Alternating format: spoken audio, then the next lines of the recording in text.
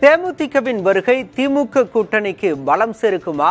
15 ஆண்டுகளுக்கு பிறகு தேமுதிக எம்எல்ஏக்கள் சட்டமன்றத்தில் நுழைய வாய்ப்பு இருக்கிறதா என்ற கேள்விகளுக்கு மக்கள் அளித்த பதில்களை என்ன நினைக்கிறது தமிழ்நாடு பகுதியில் பார்க்கலாம்.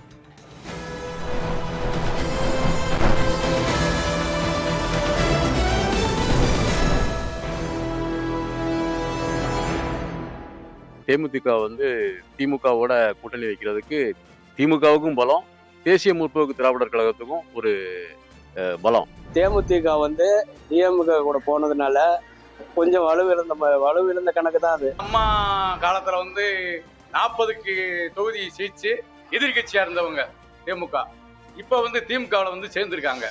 உண்மையிலே ஒரு திமுகவுக்கு அது ஒரு வலிமையானதுதான். திமுக கூட போய் கூட்டணி சேர்ந்தது பொதுமக்கள்கிட்ட யாருக்குமே வரவேற்பு இல்லை. இதே திமுகவுக்கு போய் சேர்ந்ததுனால திமுகவுக்கு பலமா இல்லை, அது வாய்ப்பு இல்லை. வாய்ப்பு மிக மிக கம்மி தான். திமுகவுக்கு சாதகமான கூட்டணிங்க தேமுதிக வந்ததெல்லாம். மெயின் கொள்கை இல்லை, அவங்களுக்கு தேவை பதவி, பணம், அதுதான் முக்கியம். அதனாலதான் அதில் போய் சேர்த்துருக்காங்க. இது தேமுதிகவுக்கு ஒரு நல்ல ஒரு வாய்ப்பு. மீண்டும் சட்டமன்றத்துக்குள்ள போறதுக்கான வாய்ப்பு அமையும்.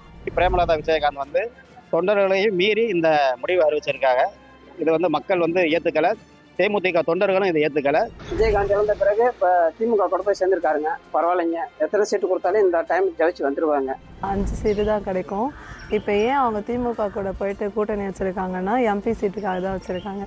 எத்தனை சீட்டுங்கிறது தெரியல, ஆனால் சீட்டு கொடுத்தாங்கன்னா கண்டிப்பாக வர்றதுக்கு சான்ஸ் இருக்கு.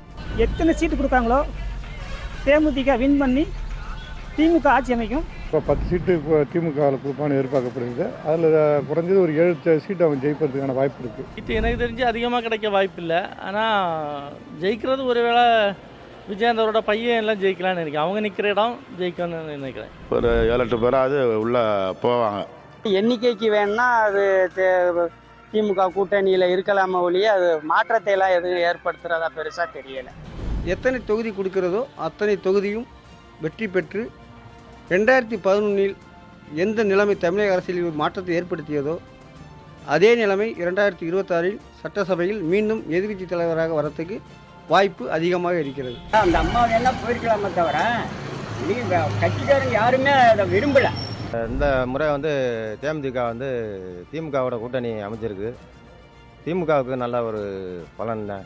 பலம் இலக்கணம் செய்யும். ஆனால் கண்டிப்பாக இந்த டைம் திமுக ஆல்ரெடி பலமாக தான் இருக்கிறாங்க. ஆனால் இப்போ இது போகிறோன்னா கூடுதல் பலமாக இருக்குது. ஏற்கனவே பலமான கட்சி தான் திமுக. அதை கணக்கு போட்டு தான் பிரேமலதா இதில் சேர்ந்துருக்காங்க.